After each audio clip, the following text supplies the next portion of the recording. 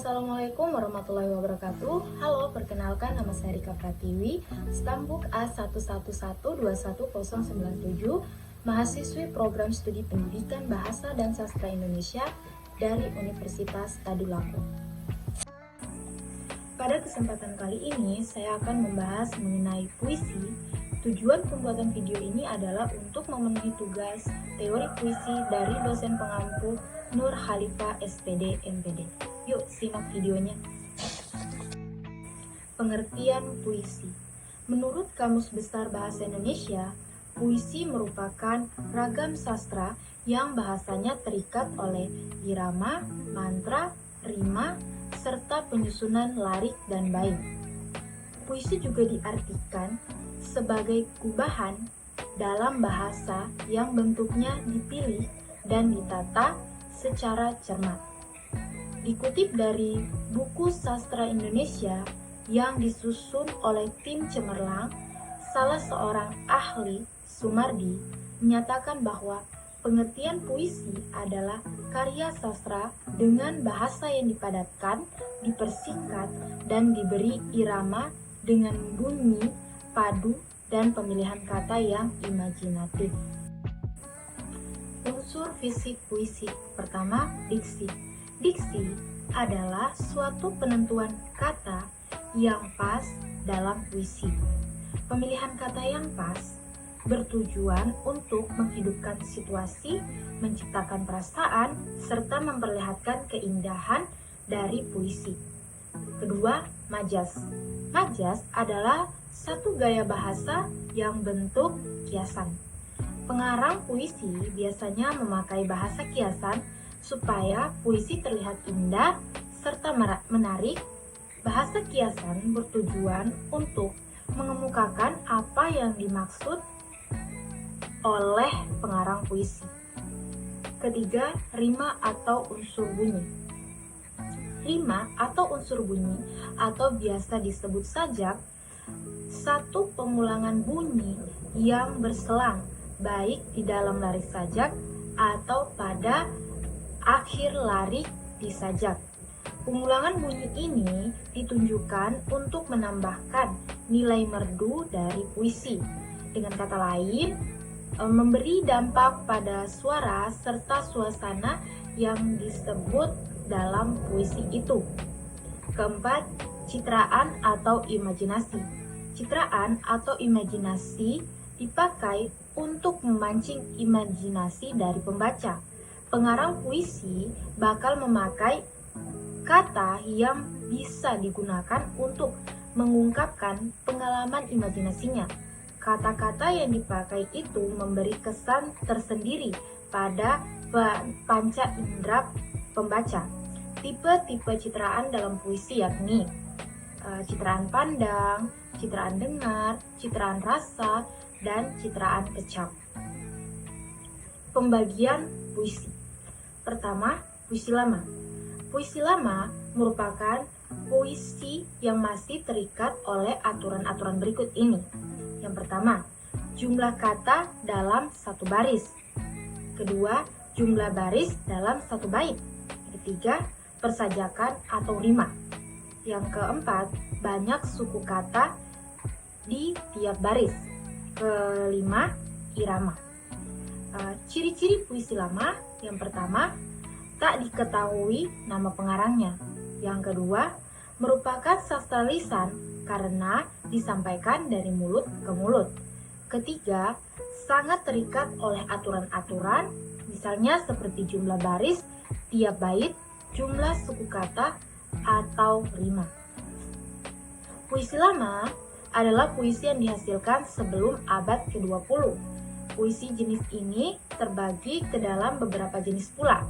Di antaranya pantun, mantra, karima, seloka, gurindam, syair, dan talibun. Yang kedua, puisi baru. Berbeda dengan puisi lama, puisi baru merupakan puisi yang tidak terikat lagi oleh aturan dan bentuknya lebih bebas daripada puisi lama dalam segi jumlah baris, suku kata, ataupun rima. Ciri-ciri puisi baru yang pertama, mempunyai bentuk yang rapi, simetris.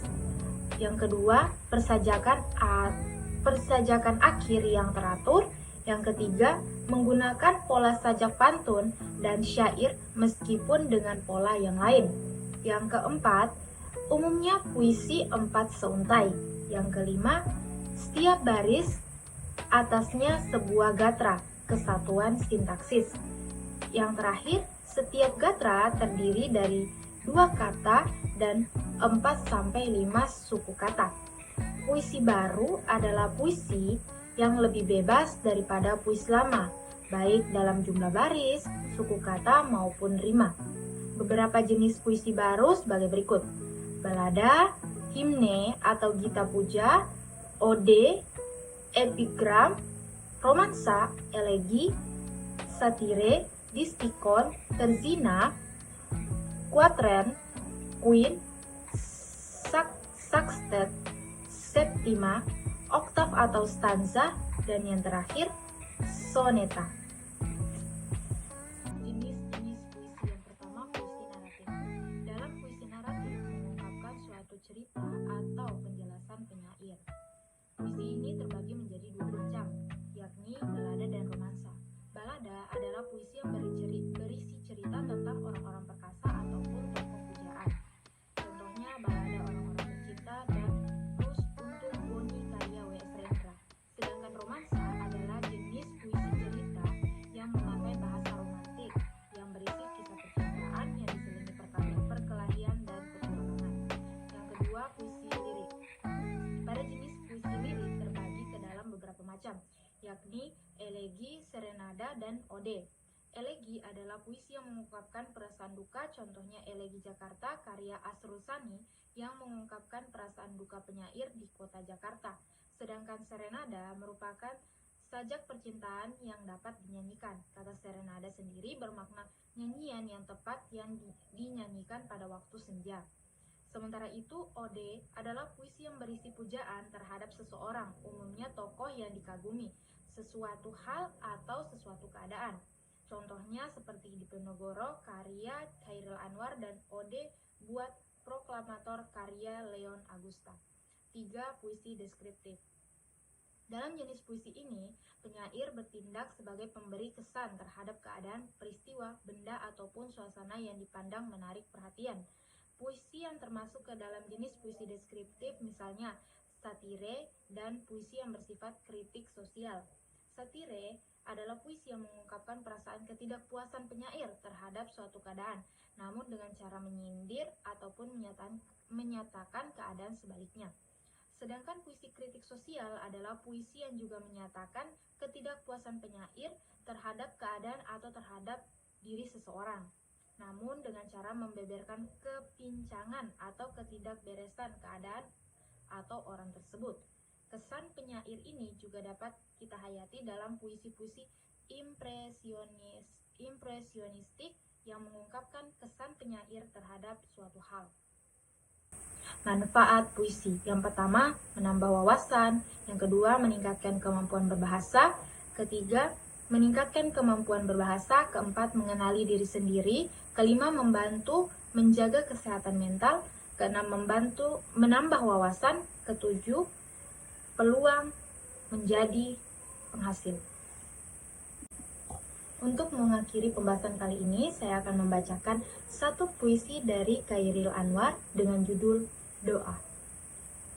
Kepadamu pemeluk teguh, Tuhanku dalam termangmu, aku masih menyebut namamu, biar susah sungguh mengingat. Kau penuh seluruh, cahayamu panas suci, tinggal kerdip lilin di kelam sunyi. Tuhanku, aku hilang bentuk, remuk. Tuhanku, aku mengembara di negeri asing. Tuhanku, di pintumu aku mengetuk. Aku tidak bisa berpaling. Nah teman-teman, itulah tadi pembahasan mengenai puisi. Semoga apa yang saya sampaikan bermanfaat bagi kita semua. Dan saya mohon maaf jika ada salah kata.